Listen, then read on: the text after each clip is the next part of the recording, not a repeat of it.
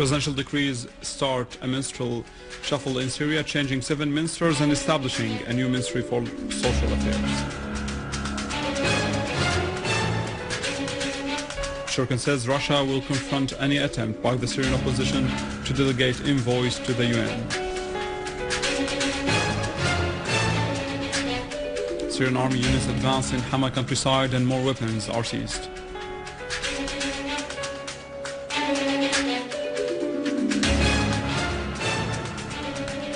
Safita commemorates assassinated Syrian TV cameraman Haidar al-Smoudi, marking 40 days after his death.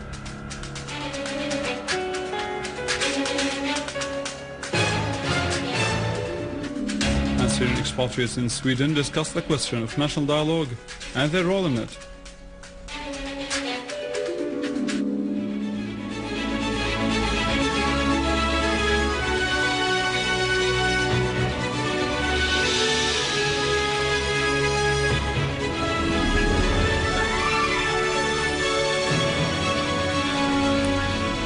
Good afternoon, this is the news from the Syrian Arab television in Damascus. President Bashar al-Assad issues decree number 15 establishing 2 ministries. The first is the Ministry of Social Affairs and the second is the Ministry of Labor. President Assad also issued legislative decrees number 61 for 2013, naming Engineer Hussein Ferzat as Minister of Housing and Construction Development, Engineer Hussein Arnouz as Minister of Public Works, Dr. Hassan Yazaji as Minister of Labor, Engineer Ahmad Al-Qadri as Minister of Agriculture and Agrarian Reform, Engineer Sulaiman Al-Abbas as Minister of Petroleum and Mineral Resources, Dr. Ismail as Finance Minister and Dr. Kinda Shammat as Minister of Social Affairs. In unrelated context, Russia's permanent representative at the UN, Vitaly Churkin, warned against any unilateral action by the Syrian opposition because it would harm the serious work underway regarding preparations for the political process, asserting that Russia would stand in the face of any attempt by the opposition to dispatch representatives to the UN. Commenting on opening up offices for Doha opposition in New York, Churkin said that talk about getting benefit of opening these offices as they are close to the UN's headquarters with the aim of scoring political points is utterly rejected from an international perspective, concluding that his country would stand firm against such attempts.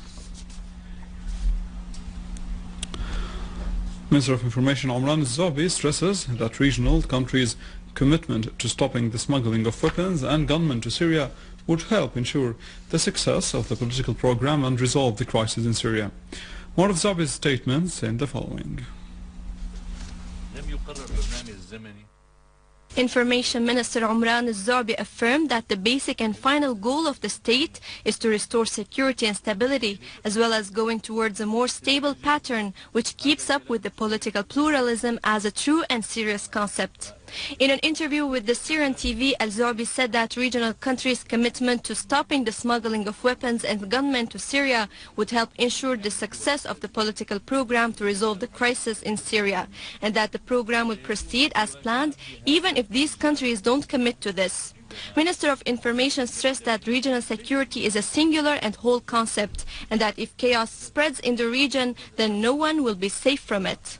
Al-Zobi said that there's not a single area in Syria where it's difficult to deliver relief, and that through the Syrian Arab Red Cross and the Higher Committee for Relief, the state is capable of delivering aid to the furthest point and to the people who need it, affirming that any talk to the contrary of this seeks to steal aid and politicize it. Al-Zobi said that dialogue in the preliminary stage must cover the widest possible spectrum of Syrians, stressing that Syria is heading towards a national dialogue conference and there's no turning back from that, voicing readiness to invite everyone, including coordinators and those who abandon weapons, to engage in dialogue, and affirming that none of those who respond to this national call will be harmed. Members of the Syrian community in Sweden discussed the question of the Syrian national dialogue and the role of expatriates in making it a success. The participants affirmed keenness to play an effective role in this dialogue to restore security and stability to their country, Syria. They also stressed the necessity of halting all forms of foreign interference in Syria's internal affairs, expressing condemnation of the criminal acts carried out by the mercenary terrorists against the Syrian people. in the presence of officials, religious figures and public participation. A tribute ceremony was held marking 40 days after the assassination of cameraman Haidar Smoudi at the hands of an armed terrorist group. A closer look in the following. The memorial of the journalist Haidar al-Smoudi was held in the cultural center of Safita after 40 days of his martyrdom. This memorial ceremony was attended by religious, popular and official people. They all stressed that Syria will stay as the beating heart of the Arab world. We salute the spirit of Haidar Smoudi, as we all know that martyrs are immortal, and the martyrdom is the only power that can protect our country against the enemies.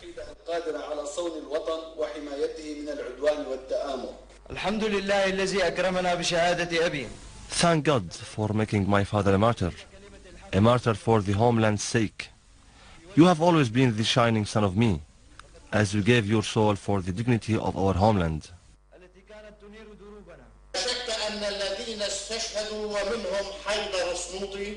Undoubtedly, all the martyrs, and Haidar Smoudi is one of them, have gone in order to make our life more beautiful.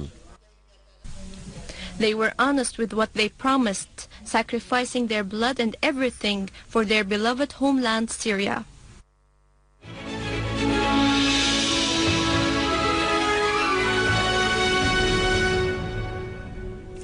A military source said that a unit of the Syrian Arab Armed Forces confronted an armed terrorist group that attempted to attack a military post in Kafr Nasij, Damascus countryside, inflicting heavy losses upon the attackers.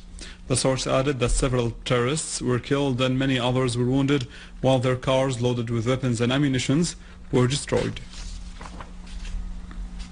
A unit from the Syrian Arab Army attacked terrorist groups affiliated to Al-Nusra Front in Kirnaz village to the north of Hama countryside.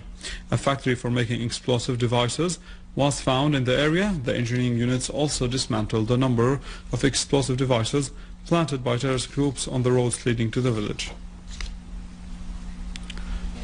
In a related context and in Hasake, security forces seized a Hyundai pickup truck on Al-Hasake-Qamishli highway loaded with machine guns. The two men inside the car were arrested.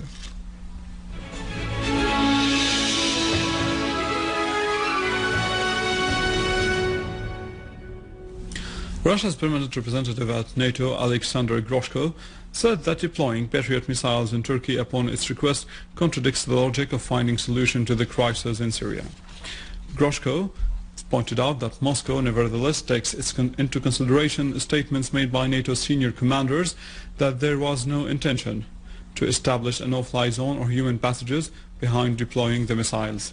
Groshko added that these missile systems would have no effect on Syria's airspace, voicing hope that pledges given would be unconditionally met. The Russian official concluded by saying that deploying Patriot missiles in Turkey is a step towards internationalizing the crisis in Syria, pointing out that Moscow does not rule out the possibility of more involvement by NATO in the Syrian crisis. U.S. Secretary of State John Kerry said that Washington is considering diplomatic steps to deal with the situation in Syria. In his first press statement since assuming his post, Agence France Presse quoted Kerry as saying that Washington is making an assessment of the situation to decide on what steps to take, diplomatic particularly, to reduce violence and to deal with the situation in the country. He added that there is too much killing and too much violence, and the U.S. wants to find a way forward, because it is a very complicated and dangerous situation. We have the same entrepreneurial spirit. In new evidence of foreign countries' involvement in the events in Syria, Dutch General Intelligence and Security Service Chief Rob Peterholle warned that scores of Dutch nationals are fighting alongside the gunmen in Syria and could return home after turning into fundamentalists. Abe quoted Peterholle as saying in a statement that the number of Dutch nationals heading to Syria is growing fast, adding he is concerned about their return to their country after fighting alongside the radical Islamic extremists in Syria. With this, we reach the end. With more details on our website www.syriaonline.sy. After the break, difficulties facing industrial establishments and steps to overcome the cement shortage with Vani in Economic News.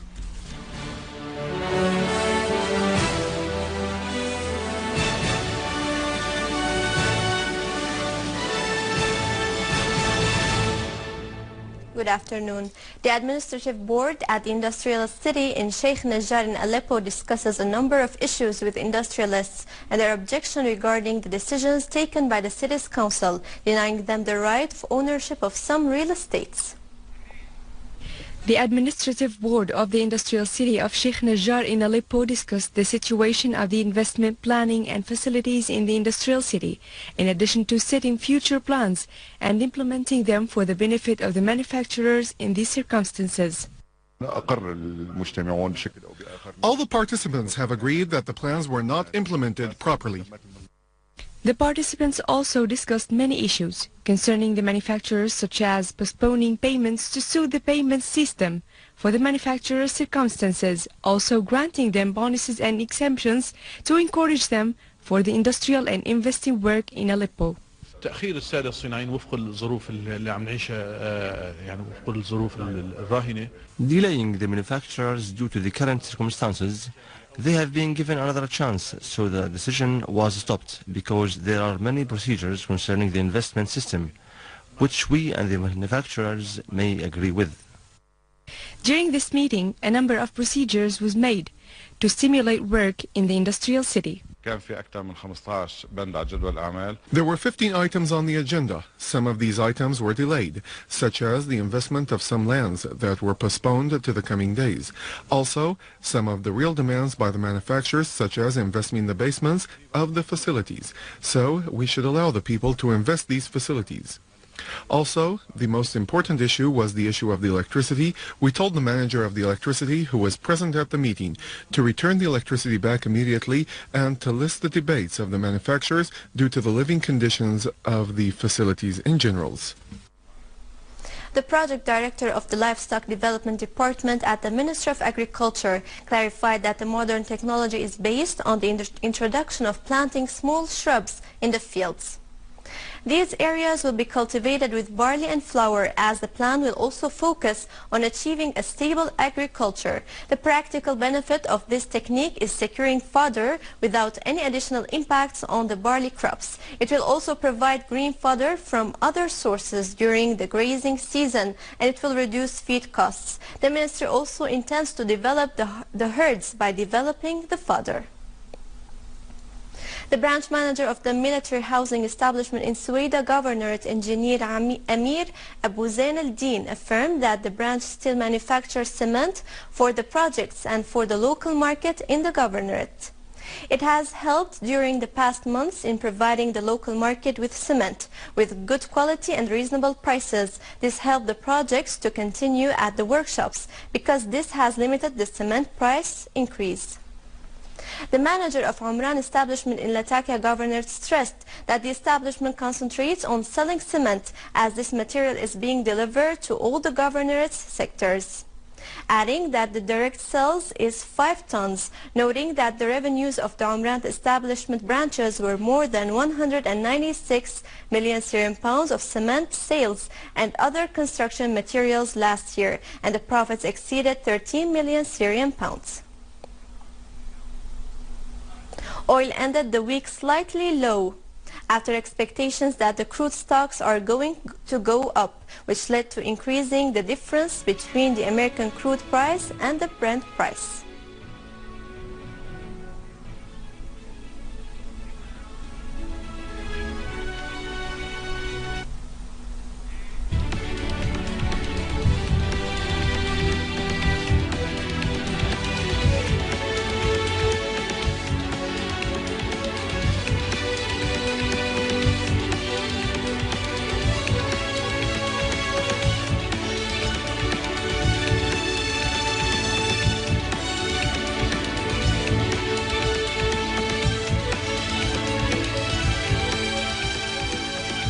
And now over to the exchange rates according to the bulletin of the Central Bank of Syria.